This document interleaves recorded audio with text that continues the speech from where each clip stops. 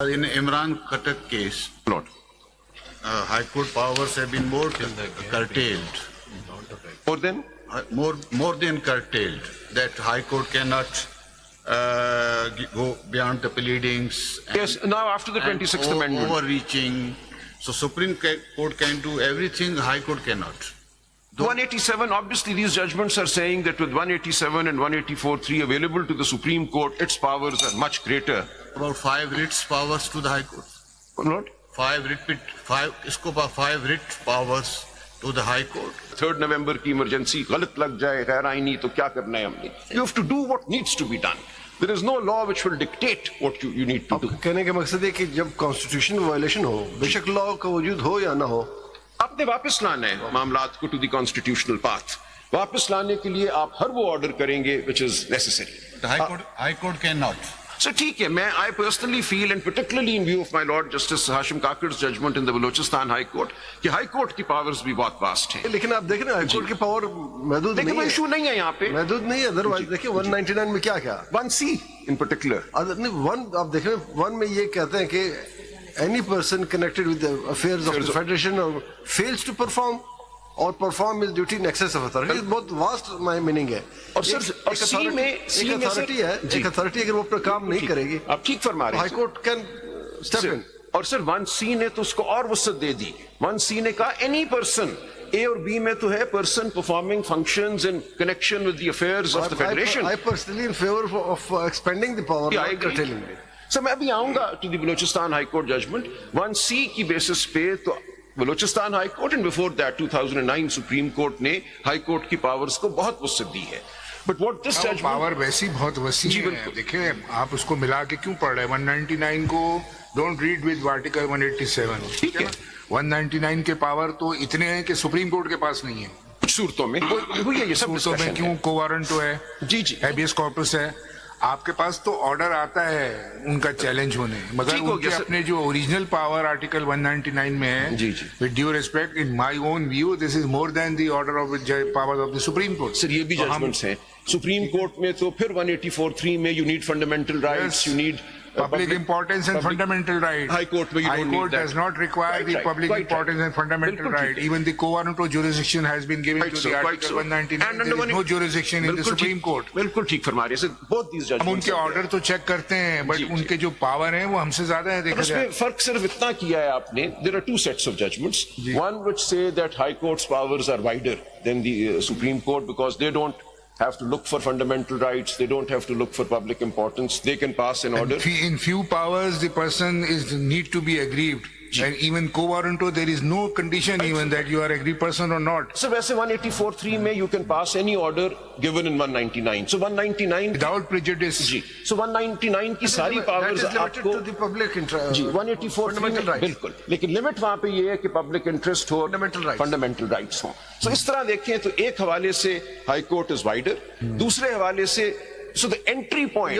आपको ये बात हम कह रहे थे कि यहाँ पे अपील आई थी 185 में against the judgment of the High Court passed under Article 199. But when it comes here, when the High Court fails to exercise power under 199 or in any authority fails to exercise power under 199, हम यहाँ आ जाते हैं. तो 185 we can right. So we cannot look at it. So अब वो कह ये रहे हैं सलीम अख्तर साहब and now Dosani Travels कि once the matter reaches the Supreme Court, all the powers of 199 are available.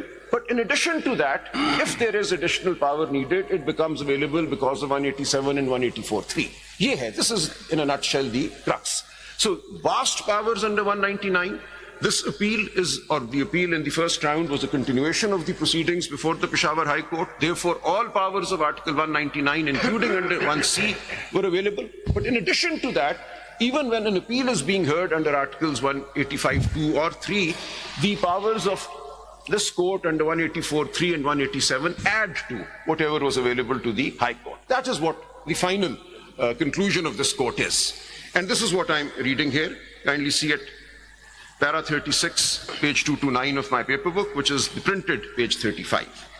So no cavil here that when matters come to the Supreme Court in appeal, Even under 185.2 or 185.3, this court can, if it comes to the conclusion that there is a matter of general public importance relating to the enforcement of fundamental rights, it can exercise powers under 184.3. It can invoke 184.3. So para 36 I leave. I move on then to page 233.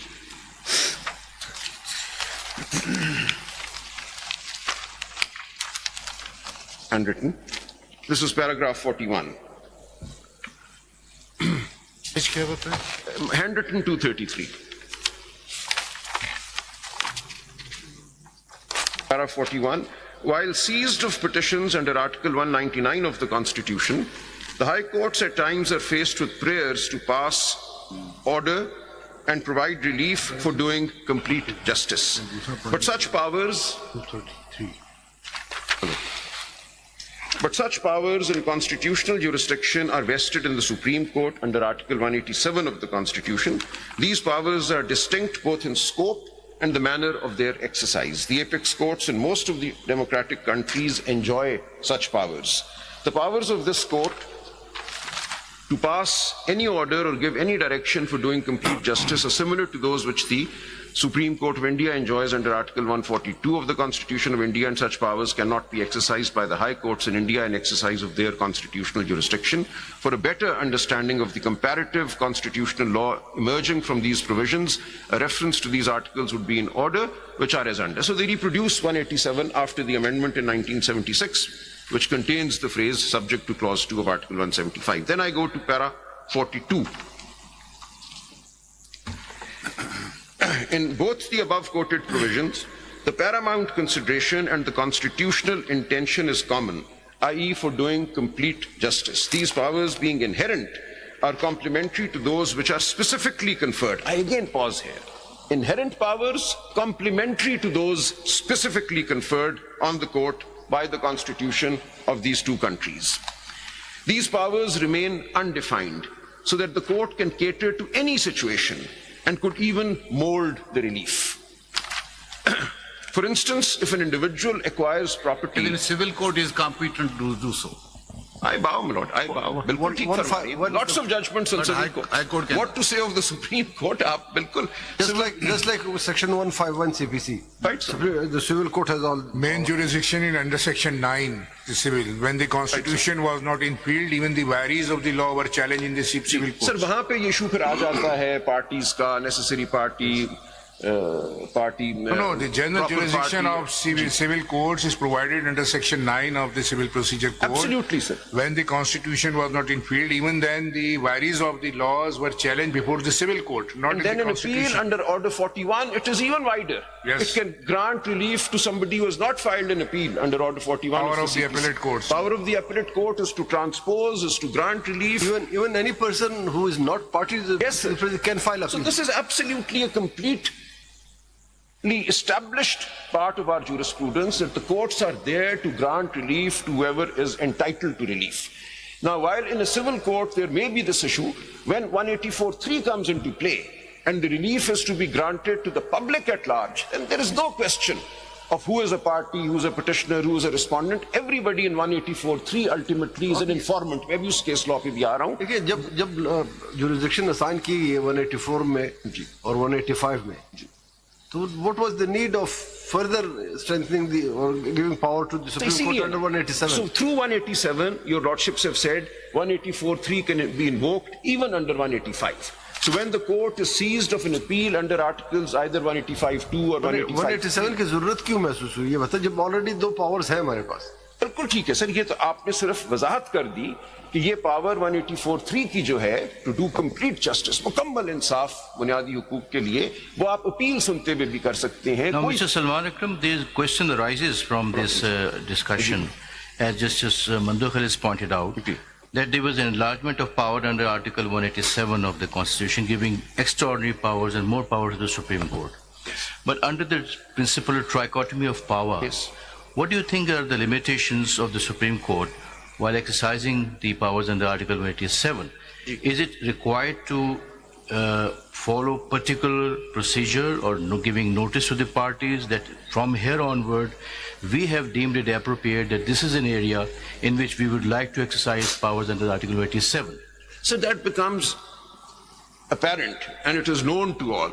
Your lordships wear the law on your sleeves. हम भी note बना के आते हैं कि this is there. Each time we stand up before your lordships to argue a case, we know that your lordships are vested with 187 and 184.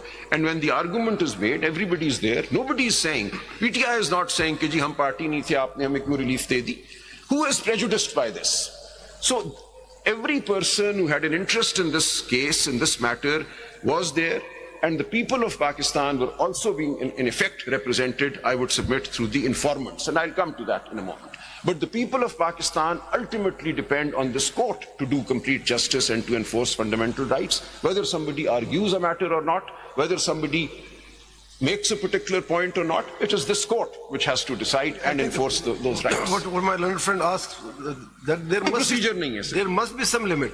Yes, yes, ऐसा तो नहीं हो सकता कि वो तो उन्होंने खुद ही कह दिया ना. कल को हम कह दें कि जनाब नहीं प्राइम मिनिस्टर खत्म है. नहीं सर, वो तो खुद उन्होंने कह दिया ना, ट्राइकॉटमी ऑफ पावर्स को आपने सामने रखना है, उसको आपने नहीं छेड़ना. आपने अगर कोई express provision of the law है जो उस पॉइंट को डायरेक्टली कवर करती है तो उससे हट के इसी जजमेंट में लिखा हुआ है, आप जरा पैराग्राफ 43 पढ़ लीजिए. जी मैं आ रहा था. जो माय ब्रदर्स आर आस्किंग. जी मैं सर ये 42 पूरा पढ़ लूं. पूरा ये 3 लाइनें में इनका पहले सवाल का जवाब दे दीजिए. 43 पे आ जाता हूं. The very fact